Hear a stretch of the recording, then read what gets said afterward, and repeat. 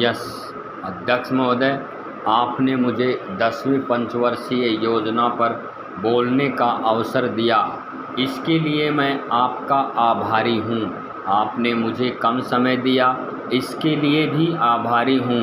अभी मेरे से पूर्व कुछ सदस्यों ने हम पर यह आरोप भी लगाया कि हम योजना में विश्वास नहीं रखते। उन्होंने तो यह भी कहा कि हमारे चुनाव घोषणा पत्र में भी उनको इस बारे में कुछ नज़र नहीं आया।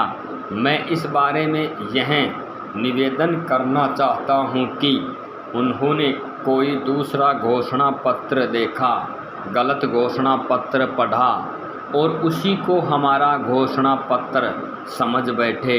लेकिन मैं यह कहना चाहता हूं कि हमारा यहाँ पर इस तरह से घोषणा पत्र, इस समय हम इस घोषणा पत्र के बारे में जानकारी जुटाने की कोशिश करते हैं, वह हमारे पास है।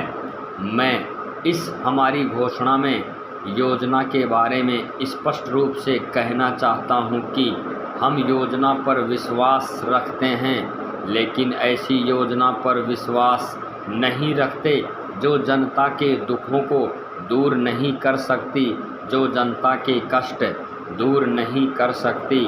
आज तक जितनी भी योजनाएं बनाई गई हैं, जिन्हें हम पहली पंचवर्षीय योजना, दूसरी पंचवर्षीय योजना और 10वीं पंचवर्षीय योजना आदि कहते हैं, और उन योजनाओं में हमने जो कुछ निर्धारित किया, उनसे हम जनता के दुखों को दूर नहीं कर सके और जनता के कष्ट दूर नहीं हुए।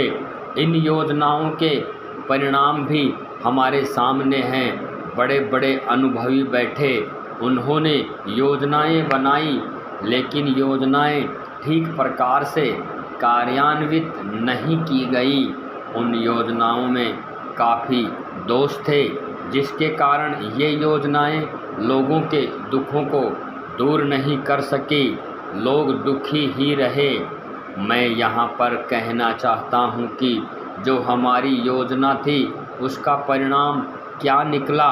उसका परिणाम यही निकला कि हम रुपये का मूल्य कम कर सकते हैं। जो योजना होती है वह राष्ट्र धन को ऊंचा करने के लिए बनाई जाती है, लेकिन हमारे सामने आंकड़े हैं, इसका परिणाम हमारे सामने है। हमने अब तक 9 पंचवर्षीय योजनाएं कार्यान्वित की है, लेकिन हमारी प्रति व्यक्ति आय में और जीवन स्तर में अपेक्षित वृद्धि नहीं हुई है। यह दुख की बात है। मैं यह कहना चाहता हूँ कि हमारा ऐसी योजना में विश्वास नहीं है जो जनता के कष्टों को, जनता के दुखों को दूर न कर सके। हम ऐसी योजनाओं पर विश्वास करते हैं जो उनकी आयु बढ़ा सके, उनका आर्थिक विकास कर सके, उन्हें उन्नत कर सके।